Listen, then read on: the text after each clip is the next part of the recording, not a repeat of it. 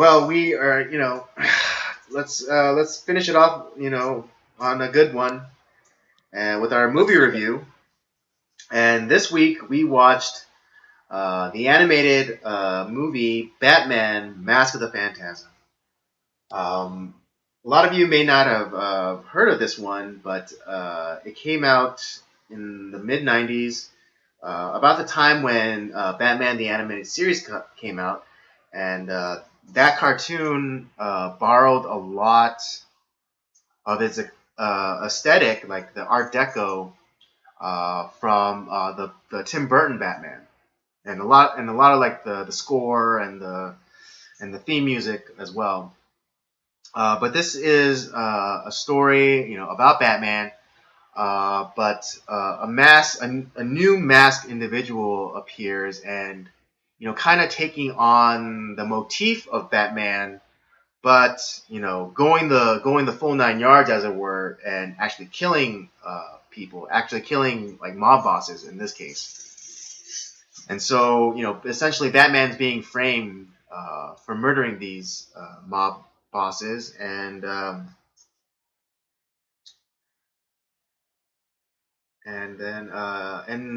this story is also a bit of an origin story for Batman, and it goes, it tells like his. It kind of, I think, this movie precedes the comic book that came out, which was titled Batman Year One. This movie, obviously, it flashes back to his early, his start off, even before he was, the Batman. Mm-hmm. But yeah, this is very early on in his tenure as Batman. Right, and so it shows him going out like pre-costume, and trying to fight crime, and like succeeding, but not in the way that he would want to. Um, it also introduces, it goes into a bit of Bruce Wayne's past, and a particular love interest by the name of Andrea Beaumont.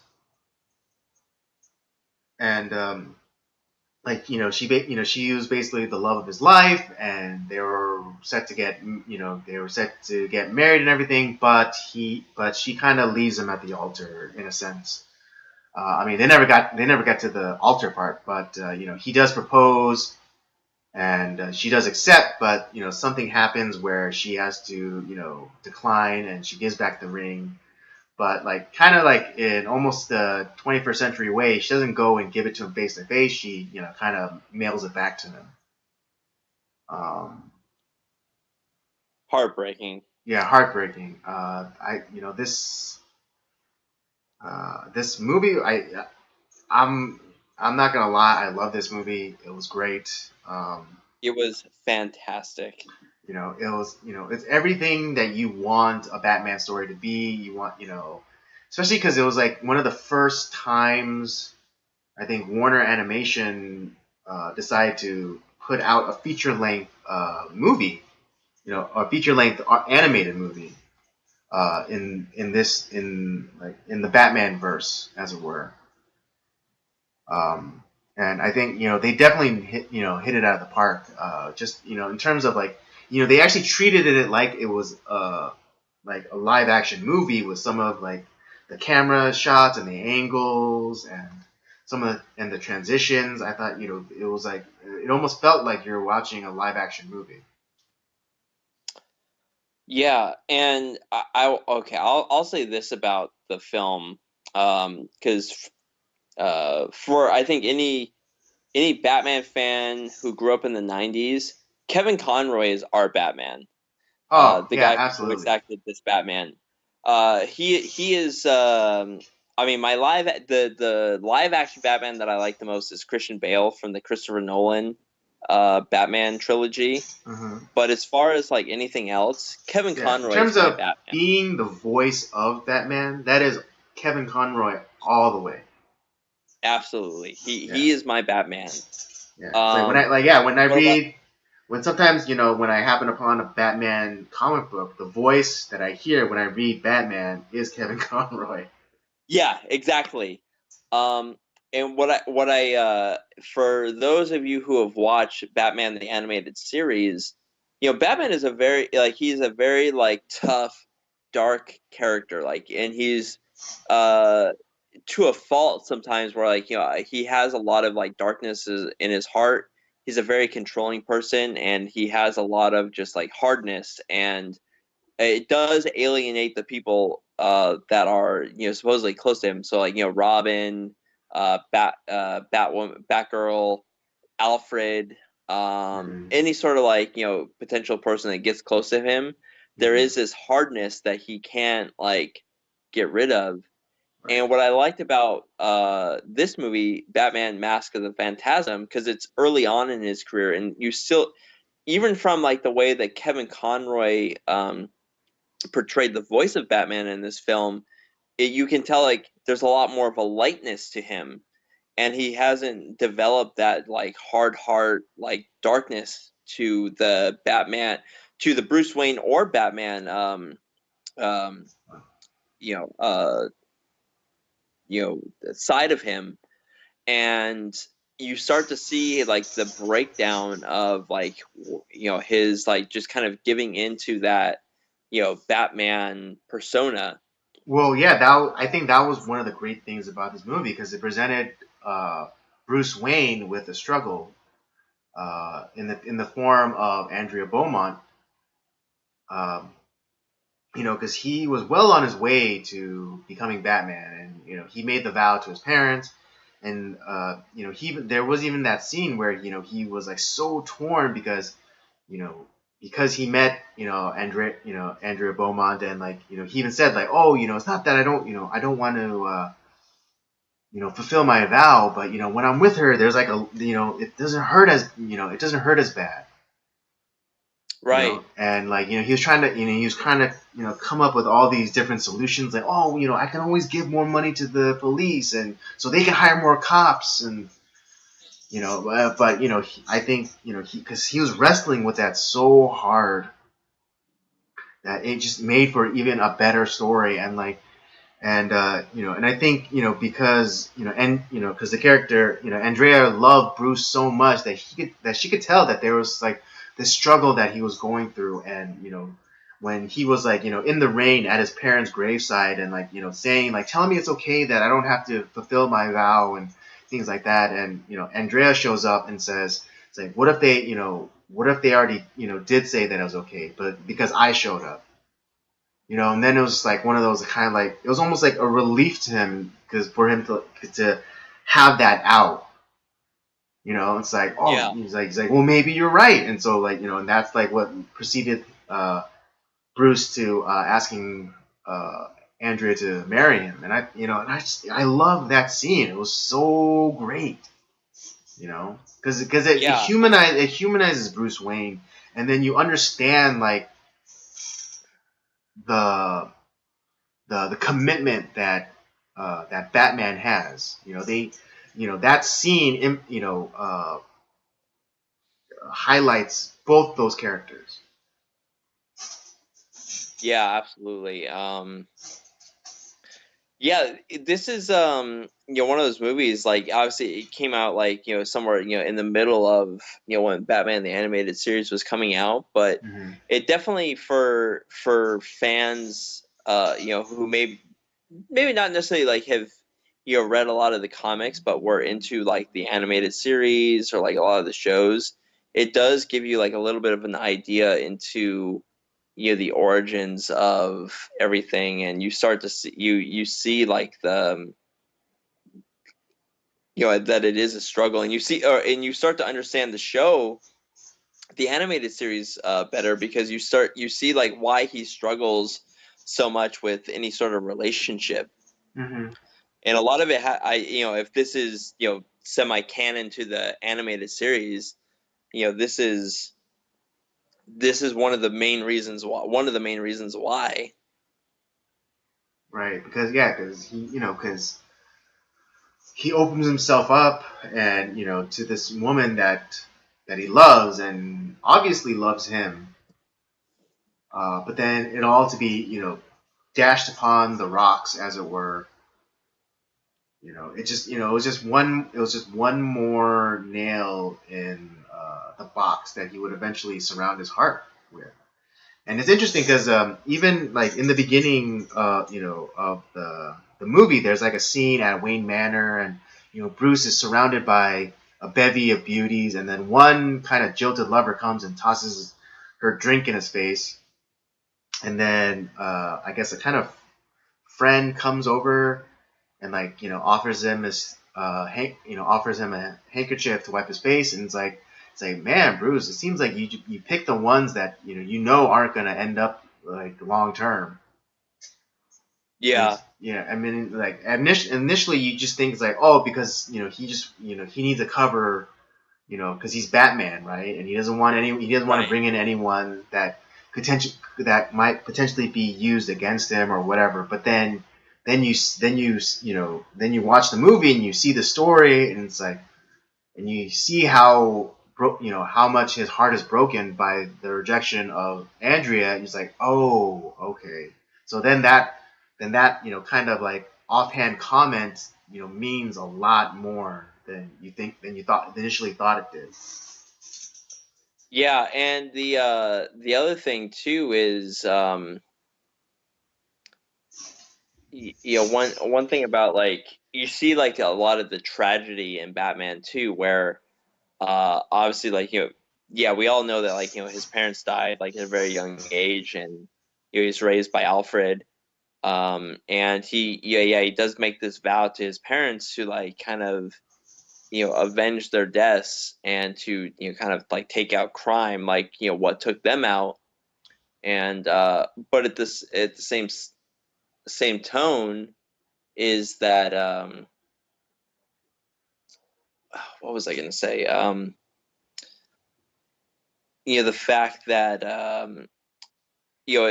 like the scene of like I'm struggling, like is it okay that like I when for me to even like fall in love with like this woman.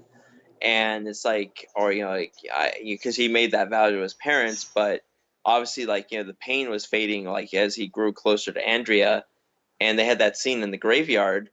But then when she kind of betrayed that, is more of like, is this punishment for me for even like wavering in my vow? And when she left, that was just kind of like the, well, kind of like, well, obviously like I can't delve into like, yeah, I can never let someone in like that ever again. Mm-hmm. And although like obviously there was a even like obviously the spoiler alert, whereas as the movie progresses, we find that the mask of Phantasm is actually Andrea, like trying to avenge the death of her father. And Bruce, slash Batman, or it's really Bruce trying to make it work with her. Like they do have a slight reconciliation, Mm-hmm. but finding out that she's actually, the person that he's going after. And you know, it's like that was like really the last straw, where it's like, because he even says like when he talking, because at first he thought it was her father that was the mask of Phantasm. It's like, I have to destroy him, right?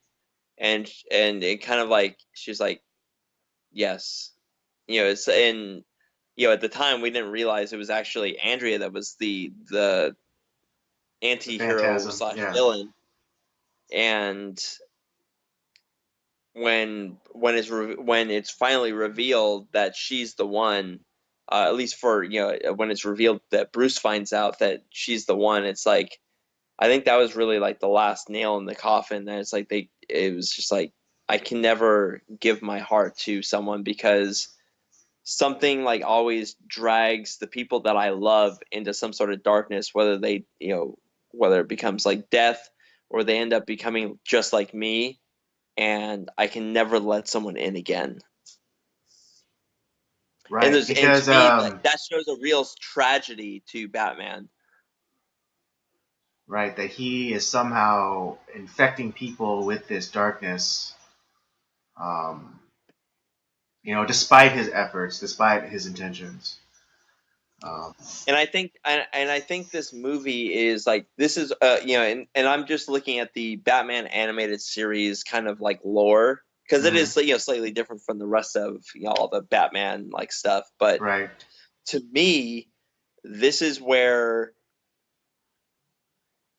Batman no longer becomes like his alter ego. Batman he becomes Batman at this point, and Bruce Wayne is the alter ego. right. It's just like in Batman Begins, where Katie Holmes' character is saying like, oh, and then I found out about your mask, and then Bruce Wayne says it's like, oh no, that's just that's just temporary. That's just something I do at night. And she's like, no. It's like and she grabs his face and it's like, no, this is your mask. Your true face is now the ones that all the criminals fear.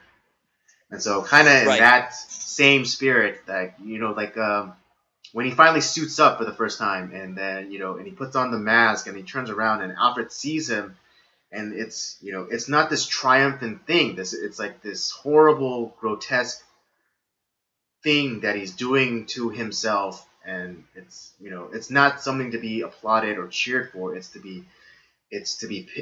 almost to be pitied. Yeah. Maybe that's why I like the Christopher Nolan Batman trilogy too, because like it's kind of like the same like kind of like the the tragic story that I really like about Batman. Mm-hmm. Well, yeah. Yeah, and I mean, I don't know if it retcons it or it gives an origin story, but we get the origin of the Joker. Yeah, at least in the animated series Yeah, version. but I remember there was another. This is very actually, and sorry to I don't mean to interrupt, but like this kind of reminds me a little bit of the Tim Burton Batman film too. Right, yeah, because he's an enforcer for like the mob, which Andrea's father is linked to because he's helped them embezzle or launder money, which he himself then embezzles and sets aside for himself and for Andrea, and Right. which then puts Andrea on a similar path to Bruce, because eventually the mob track them down, because the reason why Andrea turns down Bruce's proposal is because she had to go on the run with her father. Right.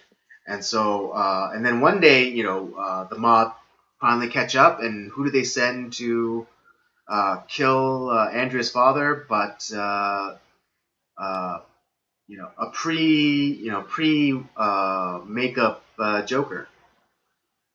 Yep. And so we kind of get an origin story, but it's more in the line of like Robert said, the Tim Burton Batman, where it's like the Jack Napier type, as opposed to kind of the Killing Joke Joker, where he's a down on his luck comedian. Yeah, there's a lot of like different like origins, like semi potential origins of the Joker. And that's I think that's the kind of what makes Joker so great is because Right. we really there's such a mystery to who he actually is. Right.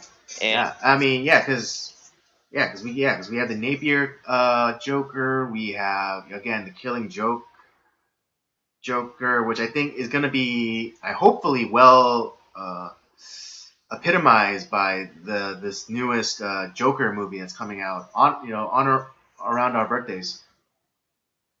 yeah, that'll be a movie review we do for in October. There we go. Um, yeah, and then I mean, there's also like the kind of the god awful Joker in the Suicide Squad. Um, Oh, the but yeah, worst. just like all these different interpretations, and I mean, I don't think there is actually a canonical origin for the Joker, and I'm okay with that. Yeah, I kind of like that about it. Mm-hmm. Right, it's not really settled, Well, and and it's even in and the it kind of goes to the stories that the Heath Ledger Joker tells in The Dark Knight, where it's like it's constantly shifting. It's like, oh, it's like, I got these scars, my father, it's like, or my wife, or or what have you. It well, just and even in the comics, recent comics, where Batman was looking for the origin, who the hell the Joker actually is, hmm and he was able to find out that actually there are several different Jokers actually, and it's not just like one person, and right. so it adds more mystery to the Right, there was Joker. a it was like a multiverse kind of thing, and then in the Batcave there was like a glint, and then he saw it, and it was like the smiley face button that the comedian from the Watchmen universe wears. Yeah, So that's like kind of a hint that's saying like, oh, this Joker is the Watchmen universe like anti-hero, the comedian. right. But So yeah, how would you rate this movie, Andy? What or you have any other like finishing thoughts about Mask of the Phantasm? no, I think everything that we wanted to say, I think we've said, and whatever I didn't want to say, I think you covered quite well. In terms of ratings, I definitely give it a 4.5. Yeah, that's also my assessment. Right. Because I mean, I'm not because it's a animated movie. They have to take a few a few shortcuts in terms of like transitions, and I don't it wasn't like super solid, but 4.5 is still good. Yeah, I'd also give it a 4.5. To me, if you're a fan of the Batman animated series, I think this is a must watch. hmm And I think it helps give while it might not be canonical to the rest of like every like Batman comic per se, but I think it helps gives depth to the Batman the animated series uh universe. hmm So you start to understand Batman a little bit better in that universe and why he's so kind of an asshole really to the people around him that supposedly care about him. And Right, and like why he's he like keeps like especially an like arm's length with like everybody, even like with all the Robins and Batgirl and even Alfred to an extent. And I think like and even though Alfred is the closest person in his life, he's still kind of standoffish towards him. Right. And I think this movie helps give a little bit of depth to that, and that's why I like it so much.